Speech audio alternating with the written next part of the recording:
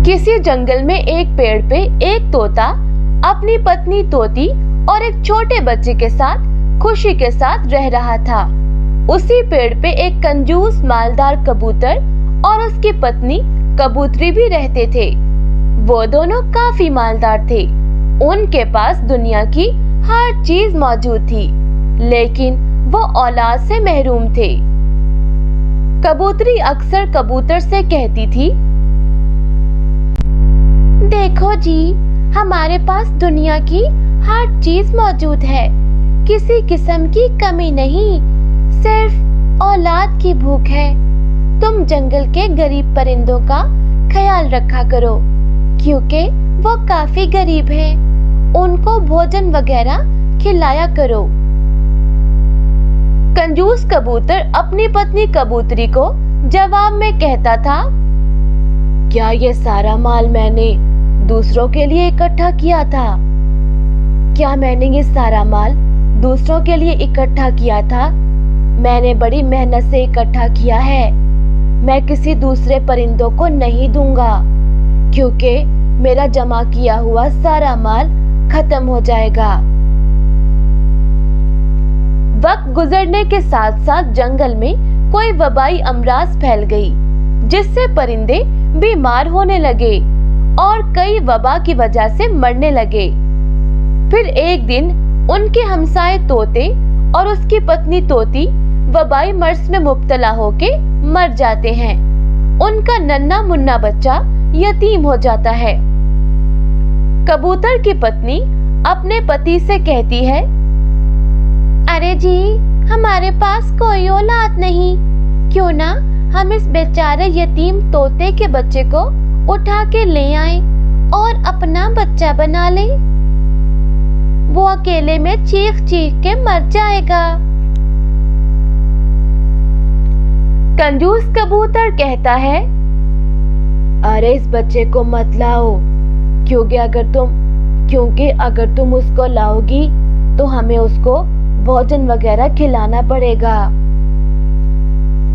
और हमारे जमा किए हुए माल में कमी हो जाएगी।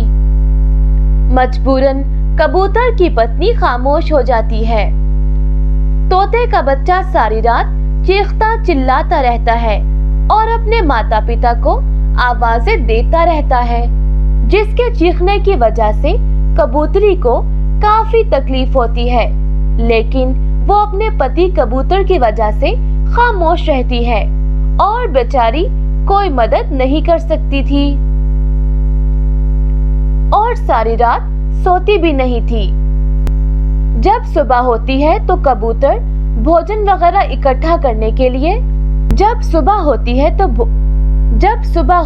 तो कबूतर भोजन इकट्ठा करने के लिए जंगल की तरफ निकलता है। तो कबूतरी भोजन उठा के सीधा तोते के बच्चे के पास चली जाती है और उसको भोजन खिलाती है और अपने बच्चों की तरह परों के नीचे दबा देती है और बच्चा खामोश हो जाता है।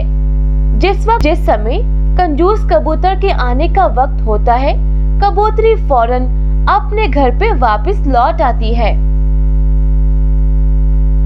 कंजूस कबूतर जब रात में सोता है तो रात को अकेले में तोते का बच्चा चीखता है, तो वो कहता है, अरे इसने हमारे आराम में खलल डाला हुआ है, पता नहीं ये कब मरेगा। अगर ये ऐसे ही चीखता रहा तो मैं इसे खुद मार दूंगा। कबूतरी अक्सर बच्चे का ख्याल रखती थी। फिर वो आहिस्ता आहिस्ता बड़ा होना शुरू हो गया।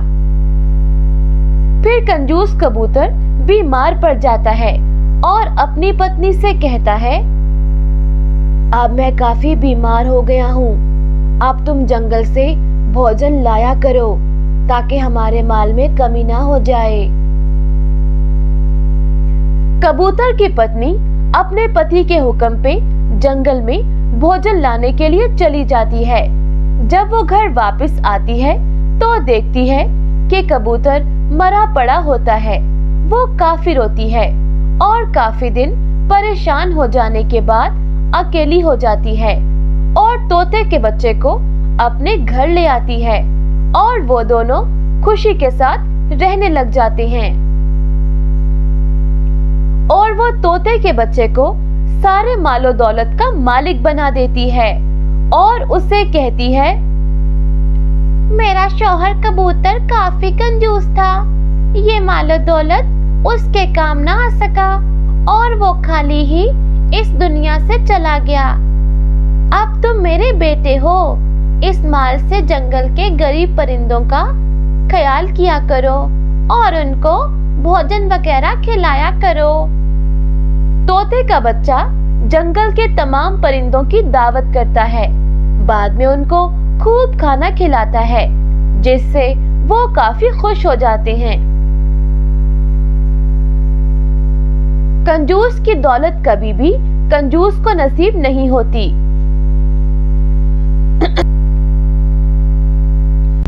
और जिस लाचार का कोई नहीं होता, उसकी हिफाजत के लिए पैदा करने वाला खुद वसीला बना देता है।